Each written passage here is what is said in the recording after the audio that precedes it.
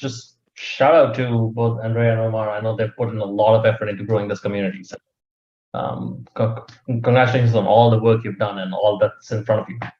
Great work. All right. Thank you. To what we are talking about today. Let me actually quickly share and confirm that you all can see my screen. Looks like I see nodding heads. Great. This is basketball, baseball, and agile teams. Really, this talk could easily be called teamwork, management, and high-performing teams. It's just that is not a very catchy title.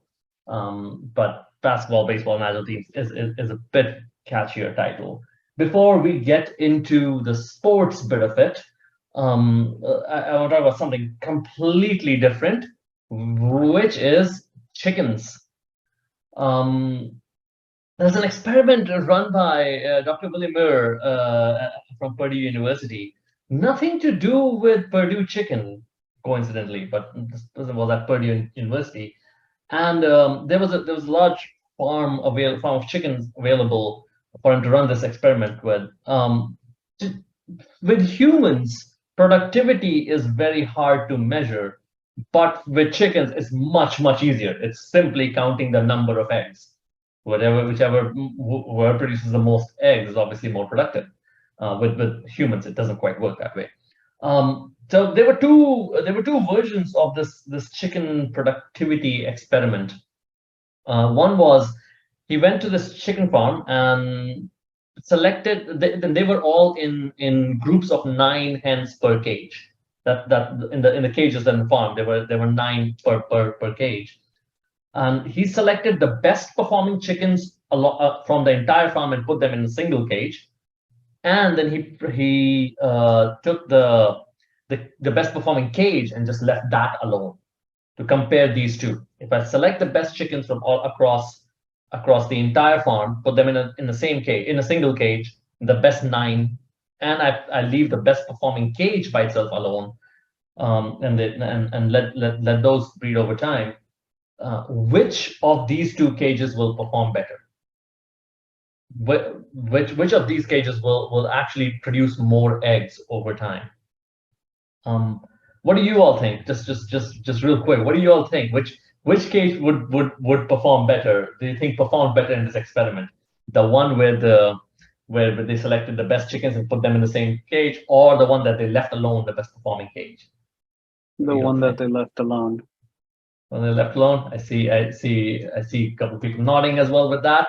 Well, I guess it's not surprising then that is exactly what happened. The super chickens cage, which was all these 9 best performing cages, after a few days, only 3 of them were actually alive.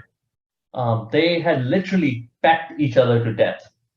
This is where the term pecking order comes from, literally. Not from this experiment, but this behavior in birds where they peck each other to establish dominance.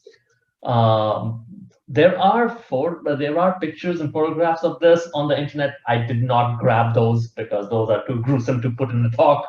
But meanwhile, the other cage, the best performing cage, they were all healthy over multiple generations. The productivity improved, and in fact, they were 160% more productive after a few generations. It seemed like that performed. That leaving that cage alone performed really well as compared to that hyper aggressive, hyper dominant super chickens cage. It turns out every few years, we've got people waiting to come in. Every few years, we do something very similar.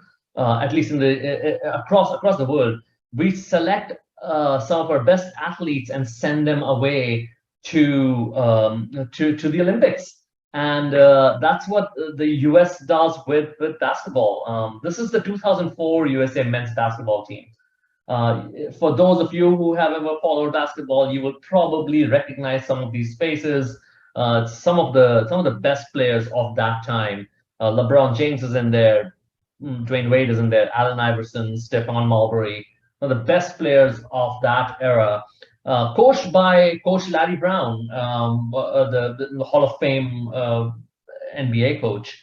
So we collected all these folks, these super chickens, and sent them away to go play to go play in the Summer Olympics.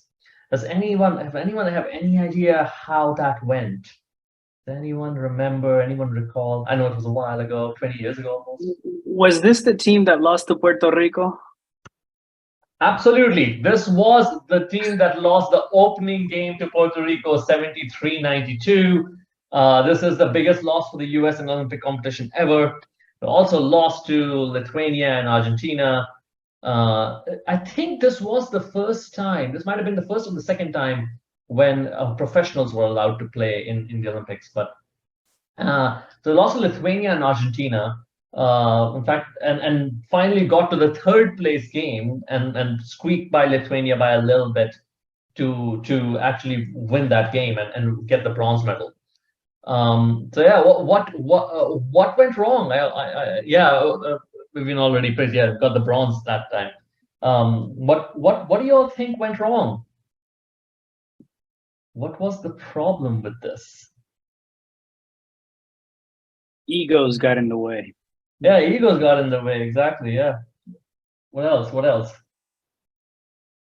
Yeah, you have too many super players actually together. Yeah. They're not used to playing together, as a team. They have their own teams, of course, and they do good on those teams, but not as a unit, I guess you want to call it. Yeah. It's exactly what everyone is saying there. What Andrea is saying in the chat as well. There were too many super chickens. Everyone wanted to be a star. They were not used to playing with each other. There were all these big players who weren't really used to collaborating and playing together. So yeah, that went wrong. We'll go a little deeper into this here in a bit. I'm going to come back to this story here in a bit. But before we go there, I also want to talk a little bit about baseball. A very different sport, obviously, from basketball. Different in a few ways that kind of matter a lot, actually. There was a study that Columbia University, along with INSEAD France and VU University in Amsterdam, conducted. They set up this experiment, not experiment, but they set up a study to see how talent affected a team's performance over time. Like if you add more and more top talent to a team, how well does that team perform? So what they did was they looked at a 10-year period, 2004-2014, and they used wins above replacement to rank players. The study, I will link to the study later on. It's a fascinating study. And what they did was they said, the top third is considered top talent, and everyone else is middle tier talent. And then they said, let's see what percentage of a team is made up of top talent and how well that team performs. What is the rate at which they win? So if we increase the amount of top talent on the team, how well does that team perform? So they did the study for baseball. Actually, they also did it for basketball, which we'll get to. But they did the study for baseball. Can anyone guess what happens if you add more and more top talent to a baseball team? Do you think they win more games, or do you think they win less games if you add more and more top talent? Same as in software development. Everybody wants to be a hero, so they should be losing more games. Interesting. Anyone has any other opinions?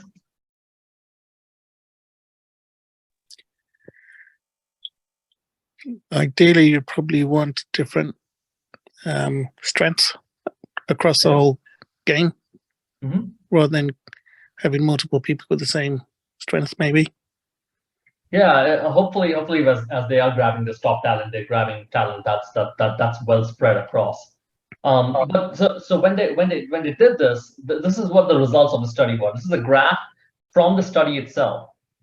The team's percentage of top talent when it came to baseball teams, the more talent you add, the better the team performs. The more talented individuals you add to a baseball team, the better pitchers you add, the better hitters you had, the more talented people you add to a baseball team, the better that team performs. Now, this was for baseball. What do you think the results look like for basketball? Do you think the results would look the same or different?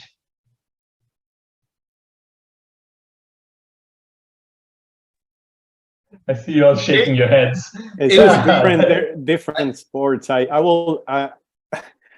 going to say no, okay, but just just to play with this, right? But to me, so you have 5 players, right, in basketball.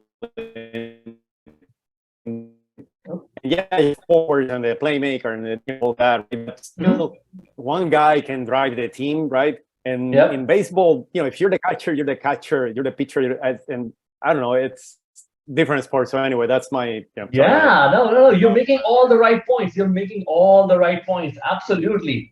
This is what it looks like for basketball.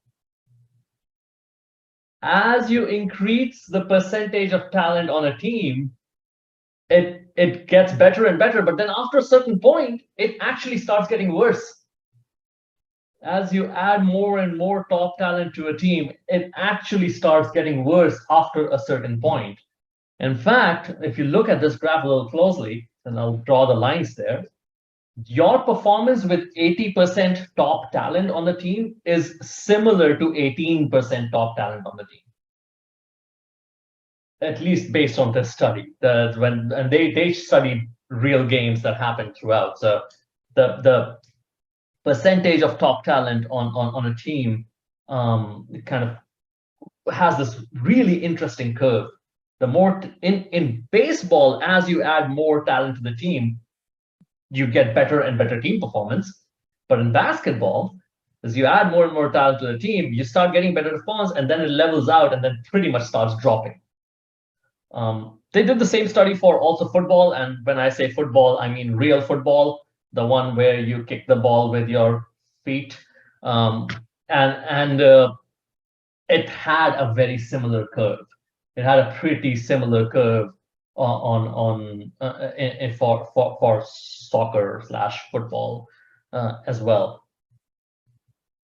The real question is, why the difference? Why are these two curves so different? What do you think? What is causing these? And I think Ronaldo was already talking about these differences. He was already hitting on some of these. Why do you think these two are so different? What about these sports makes it so different? So the game of baseball versus the game of basketball and the system, I guess, just where they're playing, right? What they're playing, the rules they go by. Yeah, absolutely. The rules create very different systems. In fact, the way I would put it is baseball is more of an individual sport that's masquerading as a team sport.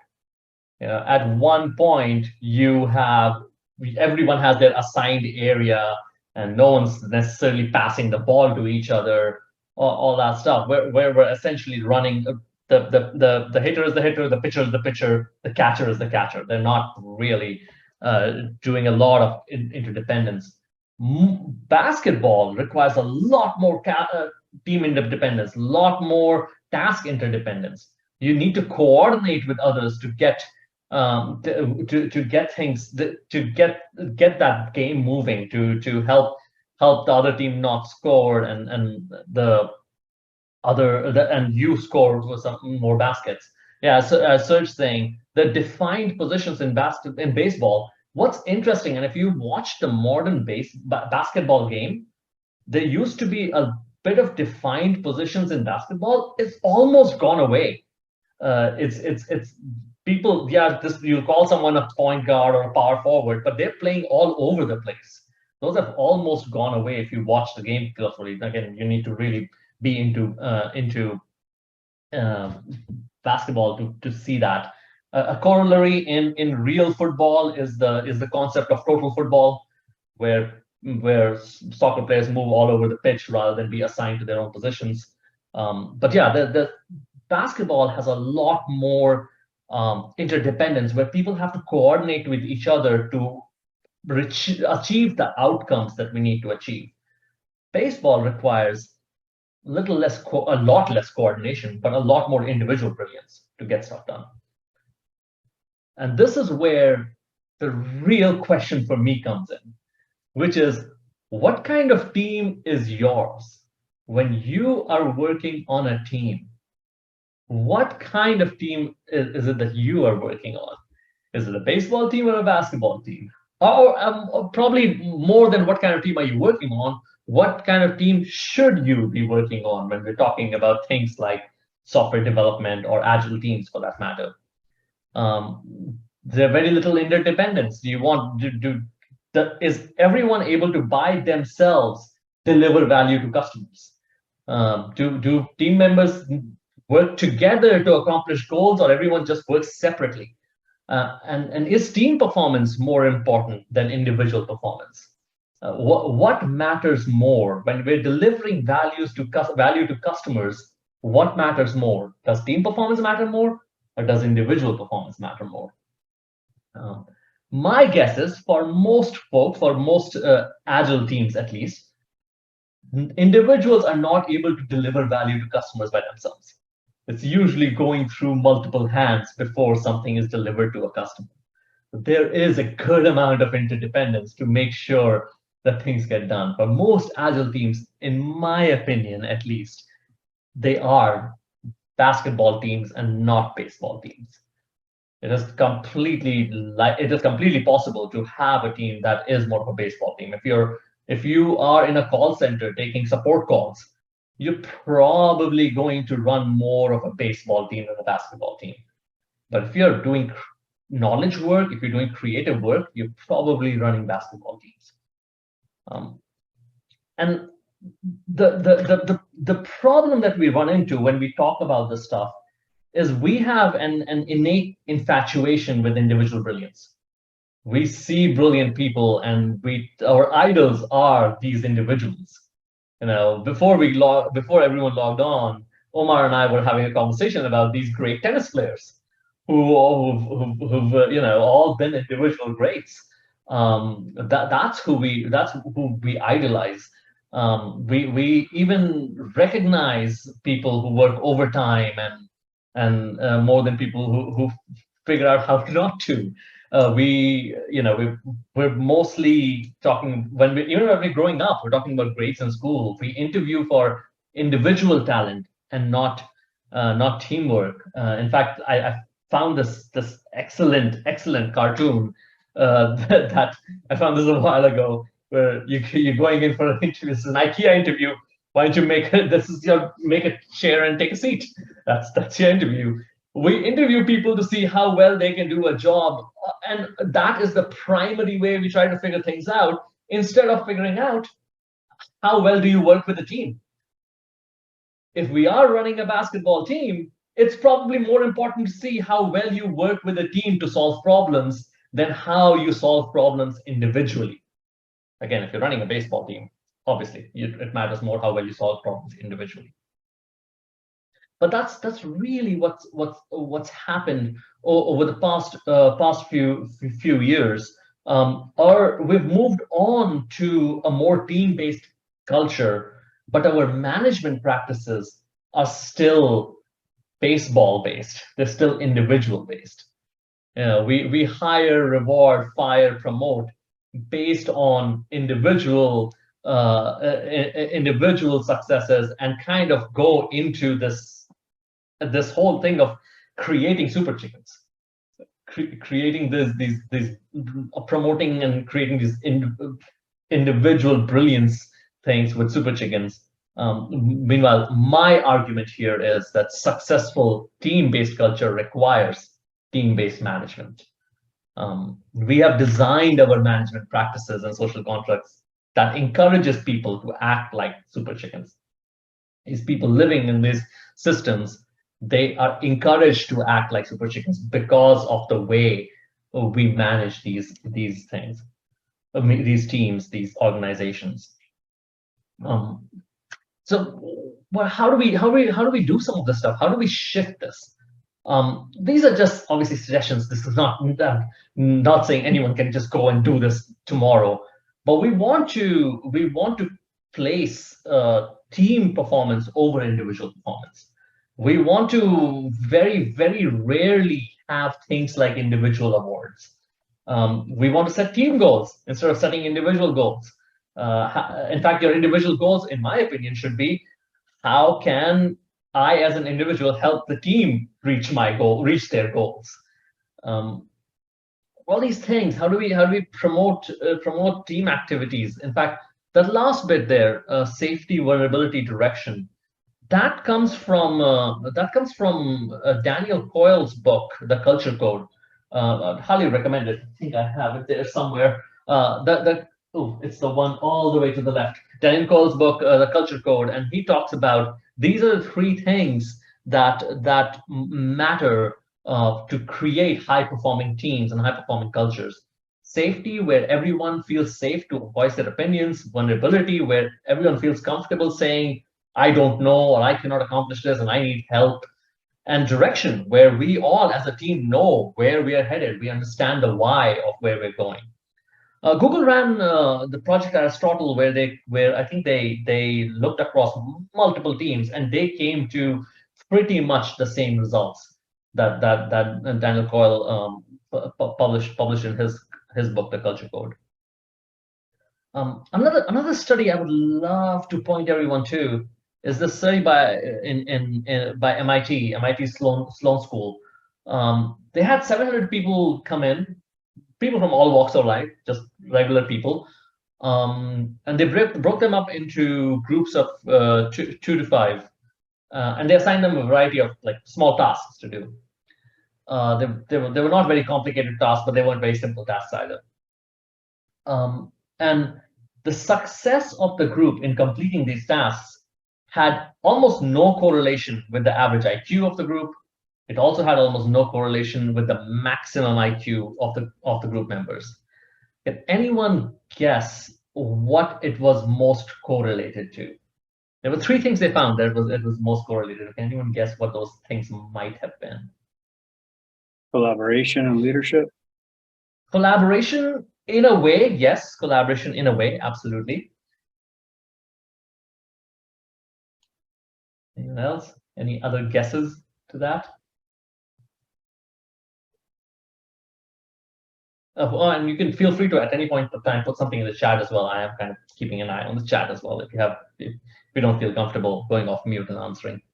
But yeah, they found these 3 factors that helped that were most correlated with success of the groups, and those were these 3: the average social sensitivity of the group members, how aware they were of people around them, the equality in the distribution of conversational turn taking, like how often did everyone in the group speak. If it was dominated by just one person, it actually meant they actually performed worse. But if everyone in the group spoke about the same amount of time, they actually did worse. And for the ladies here, the proportion of females in the group actually was directly correlated with success. Those were the 3 greatest factors they saw in the correlation to success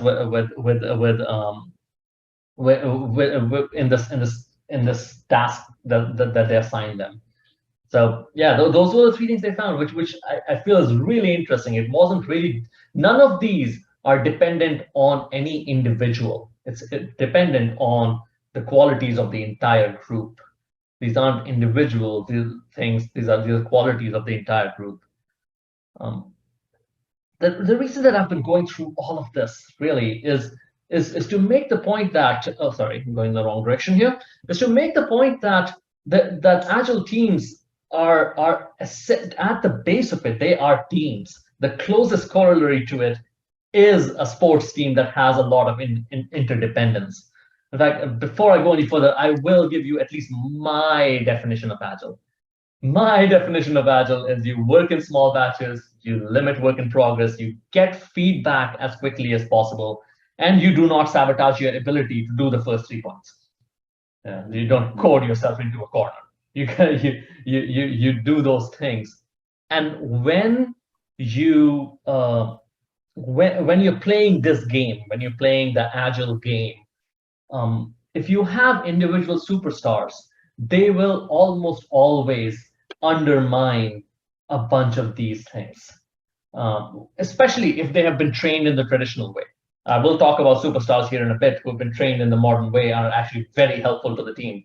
But the traditional definition, the old definition of superstars, where people want to work on big projects by themselves, people want to work on everything, people who don't really worry about the feedback, they know they are the best and want to keep going forward.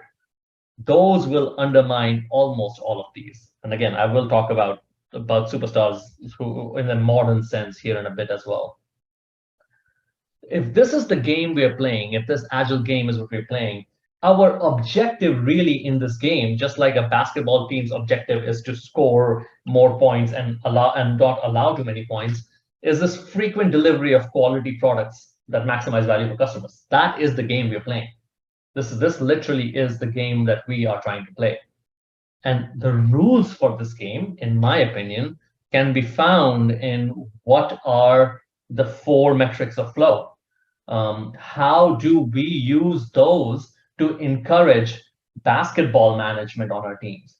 How do we limit WIP so that there are fewer items in progress and the team can come together to focus on the most important things? How do we limit aging so that when things are taking too long, we as a team come together to figure out how we can help move things forward when things are aging too much? How do we watch cycle time so that we can get feedback as quickly as possible from customers, from product owners, whoever it is that we're going to get feedback from? And finally, throughput. How do we deliver, increase the frequency of deliveries so that we're working together and getting more and more of this feedback, delivering more and more value to our customers as things move forward? These are, in my opinion, the rules for the game. I love talking about these metrics because, to me, most of the time, when people look at these metrics, they're thinking about systems and they're thinking about how we judge systems. To me, these metrics are more about how we bring the team together to deliver the best outcomes possible for the organization, and that is why most of at least my work focuses around these metrics. I did spend a little bit of time kind of calling out superstars on our teams. I would love for us to redefine who our superstars are.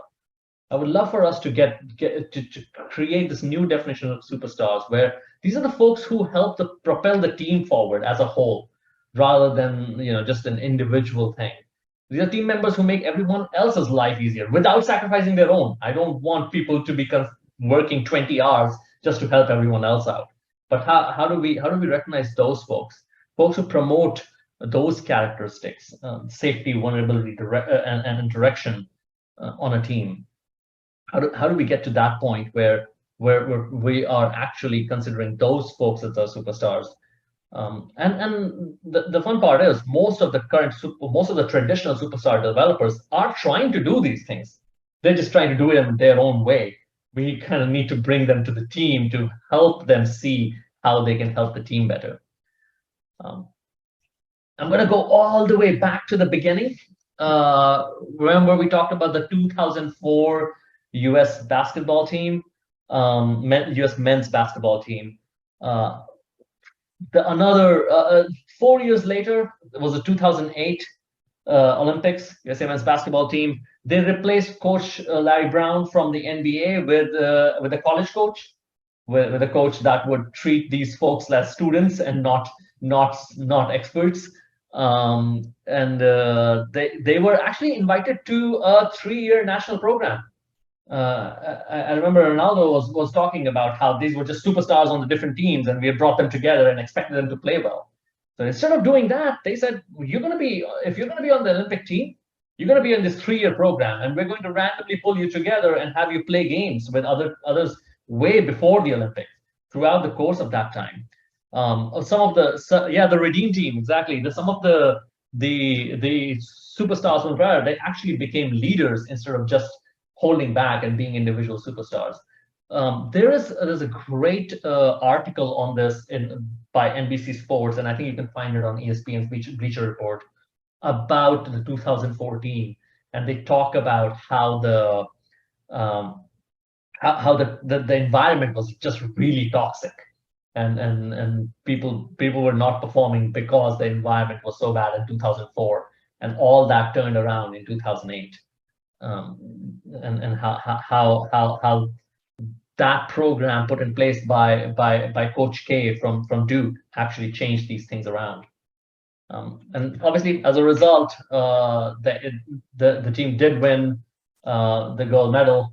I love the fact that they all put the medals around Coach K's neck there instead of holding on to their medals themselves and showing it off. This is a great picture that exemplifies that team spirit. What Coach K did there, and what we want to do with our teams, is that exact thing of breeding a team culture instead of super chickens. And we do that by managing for basketball teams and not baseball teams. Unless baseball teams is what you want, unless for your particular context, baseball teams is what works best, then absolutely stick with trying to find the best individuals to do the work. But yeah, if we want collaboration, if we want teams that work together to produce stuff, we'll probably want to manage for basketball team, not baseball teams. There's a great talk from Margaret Heffernan around this. It's a TED talk by her, and I'll reference it here on the next slide. She says, "What matters is the mortar, not just the bricks. How we put these things together matters a lot more than just how strong the bricks are. A wall built with just bricks with not great mortar is probably going to fall apart." I love that talk by Margaret Heffernan. It's a TED talk called "Forget the Pecking Order." All the chicken stuff comes from there. That I borrowed comes from that particular talk. These are all the references to everything that I just went through. Margaret Heffernan's talk, the MIT Sloan study, which is called "What Makes Teams Smart" by Woodley et al. Daniel Coyle's book, and the Too Much Talent Effect. That's that paper where all those graphs were from. There's some really cool stuff in that paper. They even compare the average positioning on the pitch, how far people are from each other, to correlate that with how much coordination is needed. It's a fascinating paper. I think it's about 10 to 11 pages long. It's not that long a paper, but it's a fascinating paper. And the ESPN Bleacher Report Over the Gaps SB Nation have pulled a bunch of our statistics and stories for the basketball teams from there. To wrap up, I encourage everyone to go check out prokanban.org if you want to go deeper into the metrics I talked about, if you want to go deeper into figuring out how these things all work together, how to set up systems that allow you to work as a basketball team or a baseball team. Prokanban.org has multiple resources, multiple trainings available that you can look into. That is pretty much it. That's my Twitter handle. If anyone wants to follow me there, probably a better place to follow me will be LinkedIn. But that was pretty much it. I will open the floor up for any and all questions.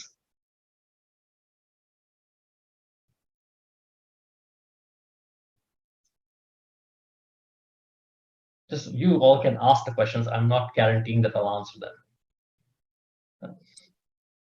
You have one from Andrea in the chat. Oh, yeah.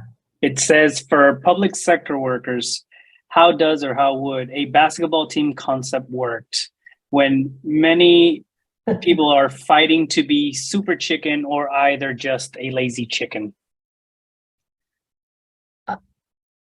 I don't know. So here's the fun part. Here's the fun part of this was my father was a public sector employee. So I'm trying to think back to figure out how he dealt with it because he managed large sectors of public sector workers.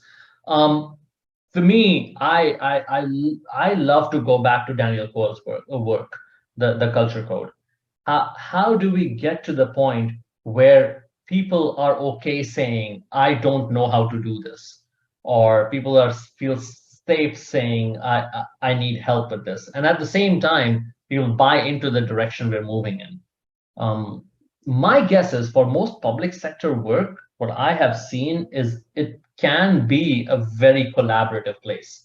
You can, but all the work can be done very collaboratively. It's just we don't choose to, because we are as Andrea says, we are fighting to get that promotion as opposed to working as a team. But yeah, Daniel Cole's work is where I would focus, but I don't know if that will do anything.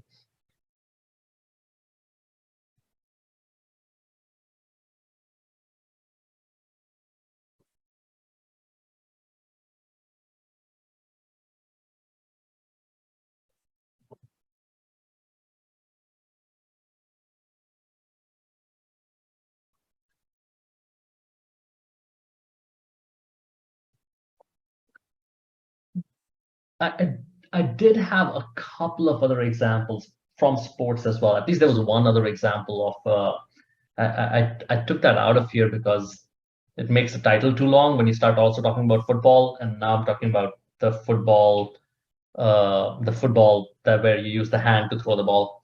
Over the past 20 odd years, the most successful football player is Tom Brady. The most successful quarterback is Tom Brady. And if you look at the graph for the percentage of salary cap taken by quarterbacks, he actually has consistently been in the bottom half of it.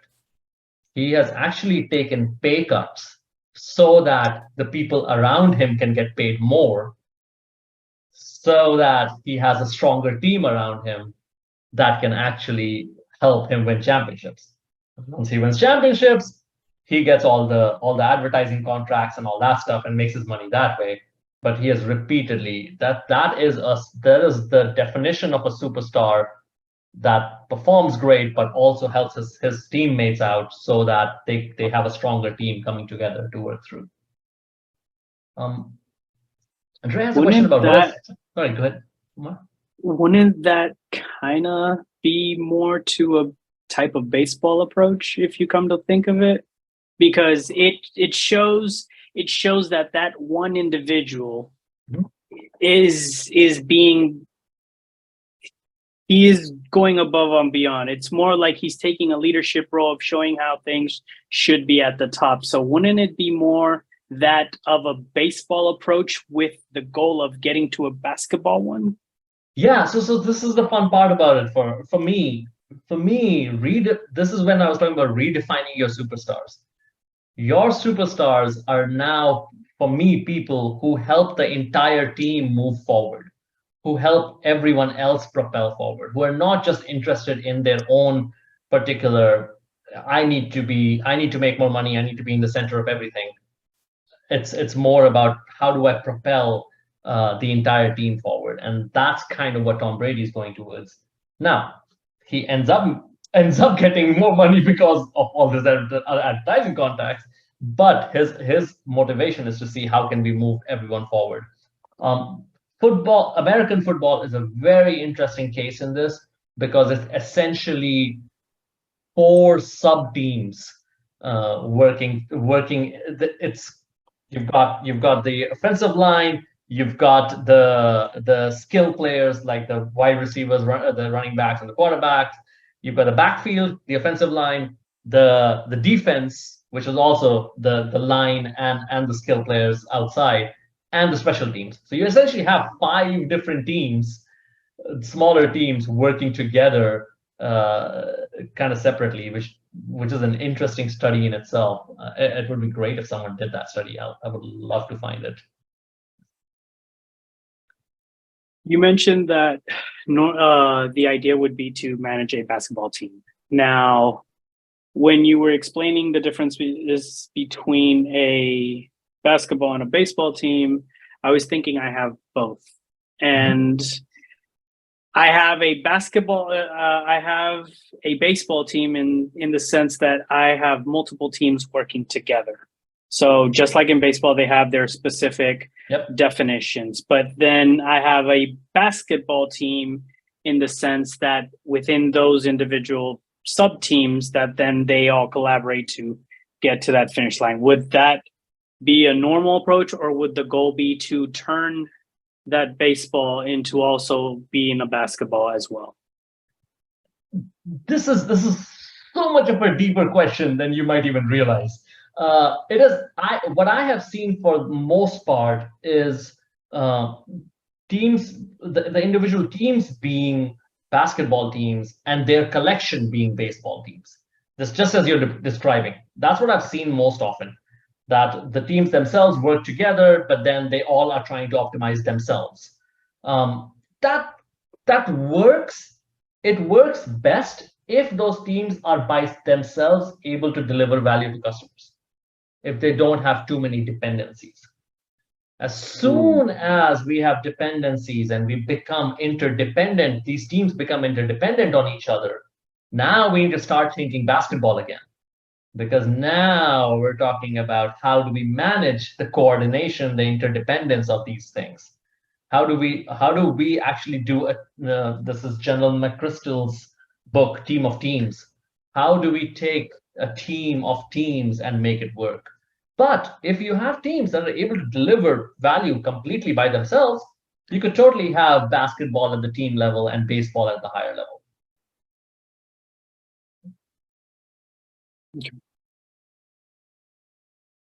Andrea had a question about what are the strategies for creating a high-performing team. I think there are multiple of those. To me, it goes to what goals do we set? What kind of goals are we setting for these teams? And what are the things we're tracking to say, are these teams meeting that goal? If you're setting more and more individual goals, then you probably will never get to this high-performing team thing. But if you're setting more and more team goals, so we as a team will get feedback from our customers within 10 days or less of starting work, we as a team will make sure that we are focused on our highest priority thing by limiting our WIP and all that stuff. If we are setting goals as a team for the team more than we're setting goals for individuals, in my opinion, that is what gets to high-performing teams. That, and again, going back to Daniel Coyle's work, where we can have safety, vulnerability, and direction. That was just the direction part of it, and also places where we can say, I need help, or I would love to get some help.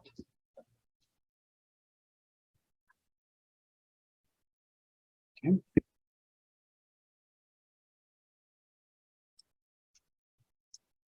Yep, team of teams. Yes, by General McChrystal. Andrea just put the book in there as well. I don't have a physical copy of that book. I think I only have an electronic copy of that book. Does the team need to know Kanban to work as a basketball team? Not at all. Not at all. I think the team needs to understand its goals and understand that they can rely on each other and be able to work together. And that might be enough to become a high-performing. There are lots of teams that are high-performing teams that don't use Kanban. Now, I have a bias, and I will tell you that if you use Kanban, you will probably end up in a place where you are a high-performing team if you use it appropriately, but it is absolutely not a compulsion. You can totally, absolutely be a high-performing team without using something like Kanban or even Scrum. It doesn't have to be that. There are lots of teams that are high performing that are not even traditionally Agile teams.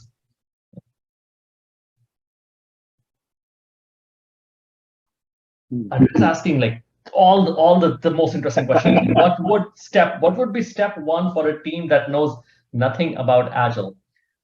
Oof. Step one for a team that knows nothing about Agile is to figure out how long it takes for them to get feedback from their customers.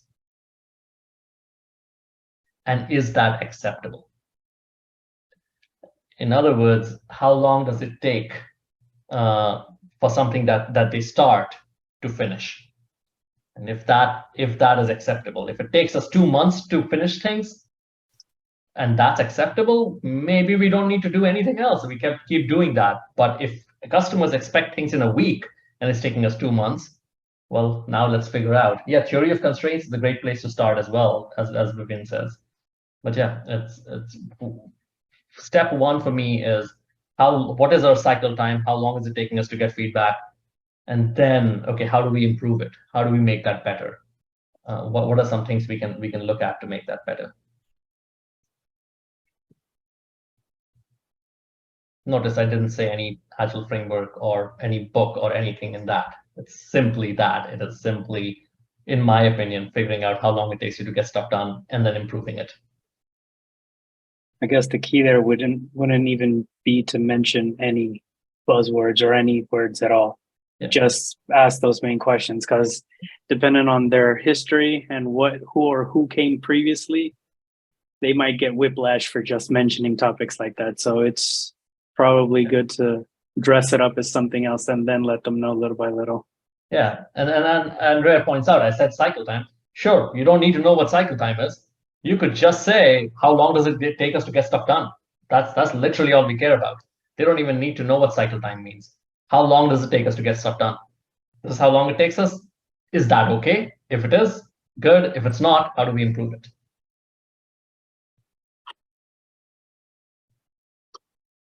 Well, before we go on, I'm going to ask everybody to, if you can, please turn on your camera so we can go ahead and take a quick picture and then post this on our LinkedIn.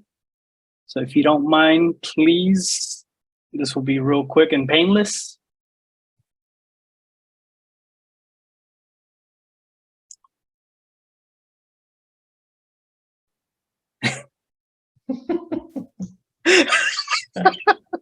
Okay. Thank you all, and I will count down. 1. Oh, sorry. Thank you. 1, 2, and 3. Thank you very much, everybody. Andrea, thank you for coming on, and everybody else as well.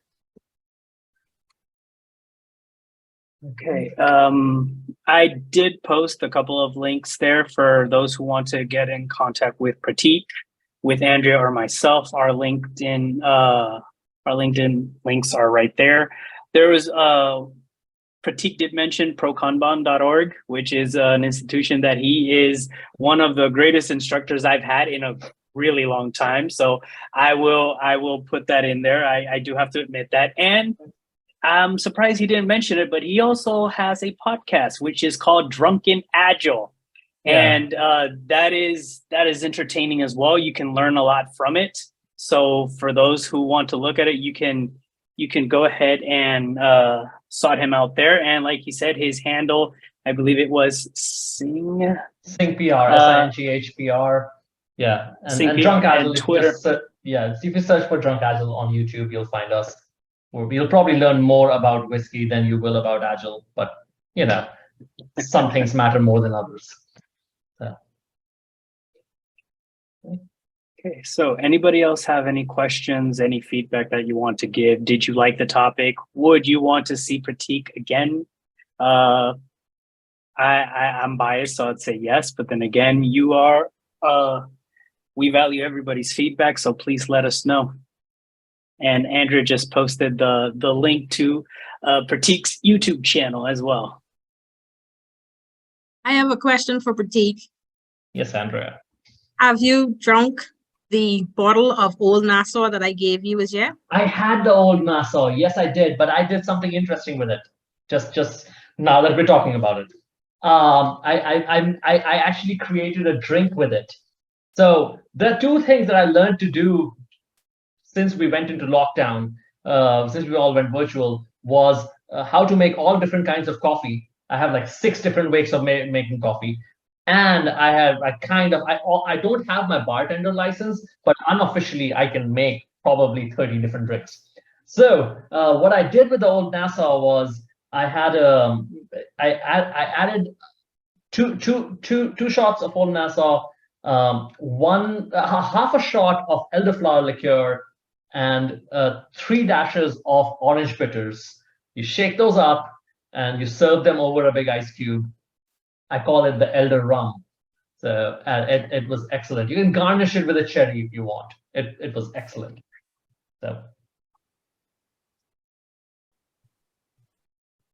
perfect. With that, thank you everyone. Thank you everyone for attending and for asking questions and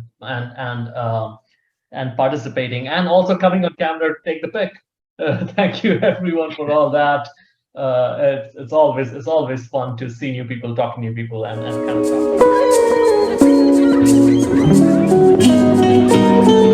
talk.